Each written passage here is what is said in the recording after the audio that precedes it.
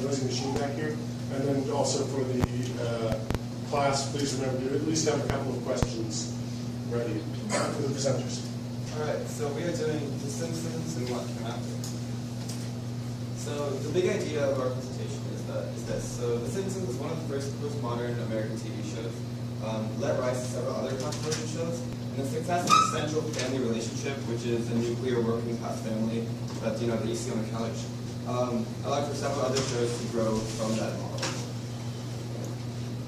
So introducing The Simpsons. So The Simpsons is an animated sitcom created by Matt Groening for the Fox Broadcasting Company. The series satirizes the working class life, and is centered around the Simpsons family, which consists of Homer, Marge, Bart, Lisa, and Maggie. And each of these characters have certain characteristics that, first of all, are maintained throughout most of the series, and also have things that all of us can relate to in some way. And I think that's really important for having this mirror the working class family, so that the working class family can see themselves in the show. To be in December 17th, 1989, and has since had 622 episodes, making the longest-running American sitcom and animated program. Won several awards, including Peabody and 31 Emmys. Matt Groening is an American cartoonist who created The Simpsons and most notably Futurama. His professional cartoons, the very first professional cartoon sale was Life in Hell, which we'll show you later. But upon immediate positive reception from that, he got an offer by Fox to create a short for start a series of shorts for the Fox Friday show, the Tracy Ullman show. And instead of continuing Life in Hell, he actually went and created the first version of The Simpsons shorts instead of continuing that series, so that for licensing reasons, that if the show on Fox didn't do so well, his life's work would be tainted as well. And so, The Simpsons, they did really well, as I said. They won several awards, Peabody, a couple Emmys, and they did really well to the point that China even banned The Simpsons so that they could actually promote their own local animation studios. In the late 1990s, the show started to decline, and the reason for that was they kind of started going off the character arc that they developed, and the plot kind of got a little messy, and people just thought it was just lazy writing. So there's a reason why Matt Groening decided to do cartoons. There's like certain things that we can do with cartoons that Bob will discuss later, but there's also like a history with cartoons and using them politically. So cartoons have been used politically since I think the 1500s, and that came with like caricatures. They have the unique ability to display their message like very quickly. You just have to take a look at the cartoon and you kind of understand what they're saying. And they're powerful enough to spark thought or incite outrage. And in history, they play a very important role in shaping culture through like propaganda, or in social studies class, you've always studied political cartoons. If you remember, the New Yorker cover, July 21st, 2008, it depicted Obama as a terrorist, him worshiping Osama bin Laden, and Michelle Obama as one of the Black Panther extremists. Like this is like a good example of a political cartoon inciting outrage. Like you can see what their message is. It's very anti-Obama's, and it really incited outrage for like the next week or so. And the New Yorker actually had to apologize for it multiple times. This is Life in Hell by Matt Groening.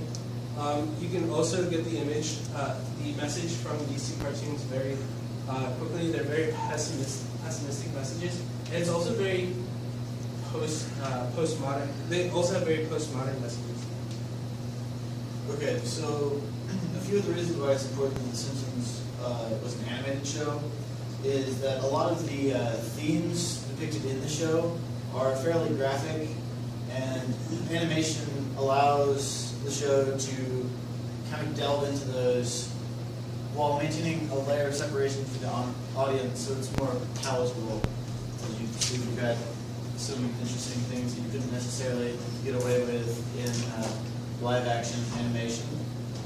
It also makes because of the style of animation, it makes the show a very unique and recognizable.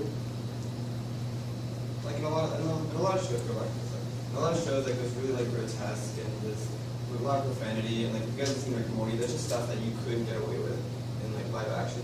And I think that's why animation is really important, is because you can create the situations without having to worry about like the reception of it. Yeah, so Simpsons shorts debuted in 1987. This is what I mentioned earlier, that came right after Life and Home. They were played on part of the Tracy Ullman variety show, which is kind of like SNL, it's just a bunch of sketches. And the shorts basically were placed as, I think it's bumpers, yeah, bumpers is the word, playing right before and after commercial breaks. And they were only like a couple seconds long. I think we have one to show you guys. Yeah, go for it. So yeah, these are the original Simpsons for the variety show, and that's the ones we know today.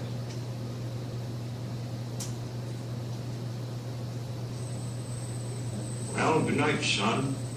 Dad, Huh?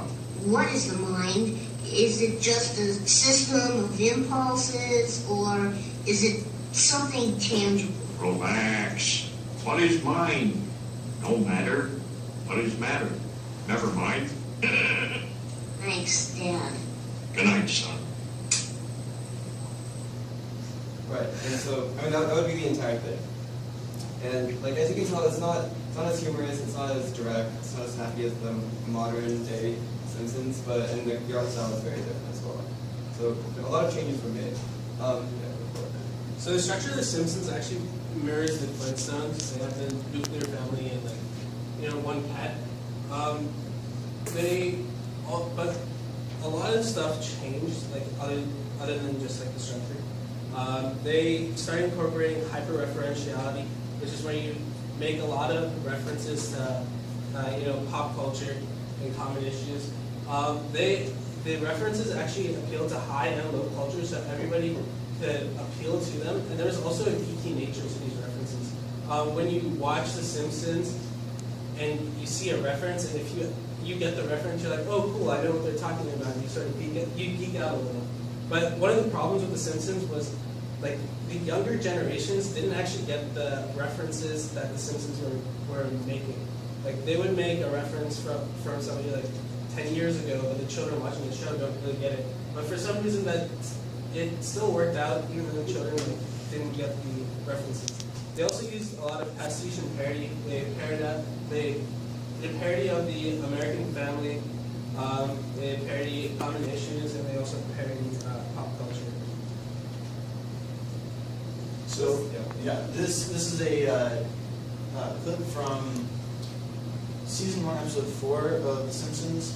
And so basically, they have gone to a family picnic at Homer's boss's house, and Homer realizes that his family is very poorly behaved. His kids are ill-mannered. His wife got drunk at the party, and so this is a clip showing how it's comparing American families and figuring out what is normal for an American family. Oh, come on. That cornball routine? I love you, Daddy. Give me a break. I pity you. Why? Good for you. Thank you so much. Me first. No, me. No, me. No, me. Me. Honey, you look so tired. Would you like me to drive? Oh, honey, I think I want to be sick. There was a farmer who had a dog, and Bingo was his name. B-I-N-G-O, B-I-N-G-o, B-I-N-G-o, and Bingo was his name. Mommy, get in the car. This is where you belong. Yeah, Homer. Room for one more. One of us. One of us. One of us. One of us.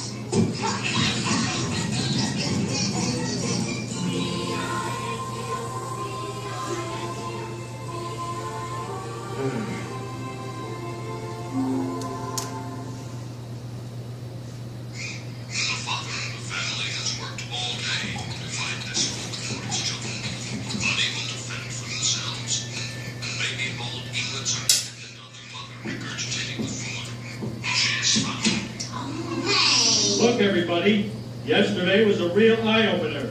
We've got to do better as a family. So tonight, we're not going to shovel food in our mouth while we stare at the TV. We're going to eat at the dining room table like a normal family. Happy, Dad? Yes. Good. Commence shoveling. No, we're going to say grace first. Okay, rub-a-dub-dub, thanks for the grub. No! Ignore the boy, Lord. Now can it 10 or 20 minutes? Dear Lord, thank you for this microwave bounty, even though we don't deserve it. I mean, our kids are uncontrollable hellions, pardon my French, but they act like savages. Did you see them at the picnic? Oh, of course you did. You're everywhere. You're omnivorous. Oh, Lord, why did this fight me with this family? Amen. Let's eat.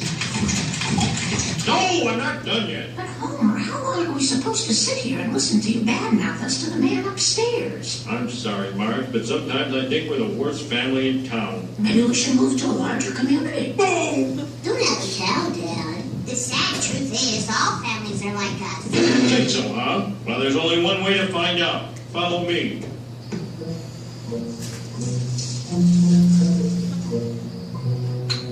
Look at that, kids. So fighting, so young. No belching. The dad has a shirt on. Look, knackers. These people are obviously freaks. Oh, you think so? Well, let's see what's behind door number 2. What are they doing?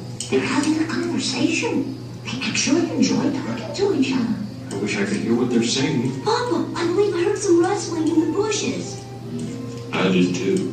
Better get the gun. Where's he going? Probably to get the old man's pipe and slippers.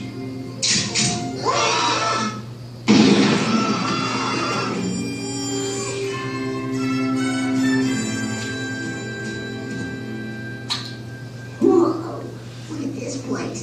What a dump. It's worse than you think. I just trampled this poor sap's flower bed. Homer, this is our house. Stop! Are you coming in home? No, no. I want to be alone with my thoughts.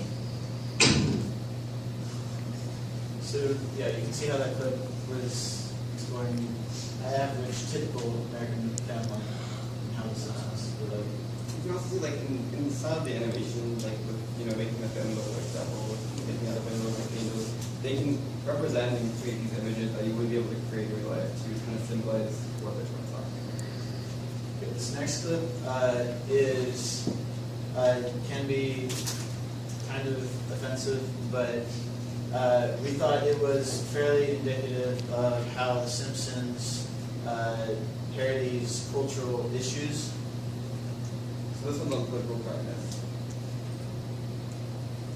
Today we celebrate the first of many, many, many, many diversity forums. Why is it that women appear to be worse at math than men? What is the source of this illusion? Or as I call it, the biggest lie ever told? You're a worse version of Hitler. Please believe me, I understand the problems of women.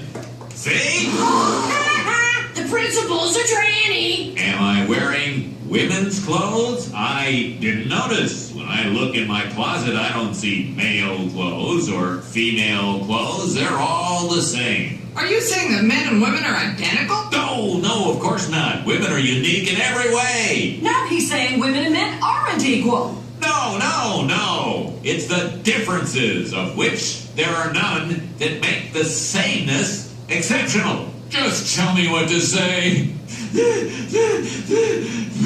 Oh, dear. Attention.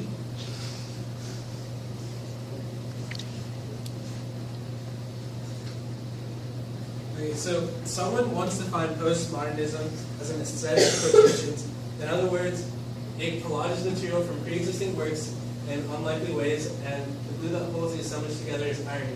Knowing where the references come from and how they've been replaced, I see a lot of that on The Simpsons. This is a quote from Christopher Cook, who's a cultural historian.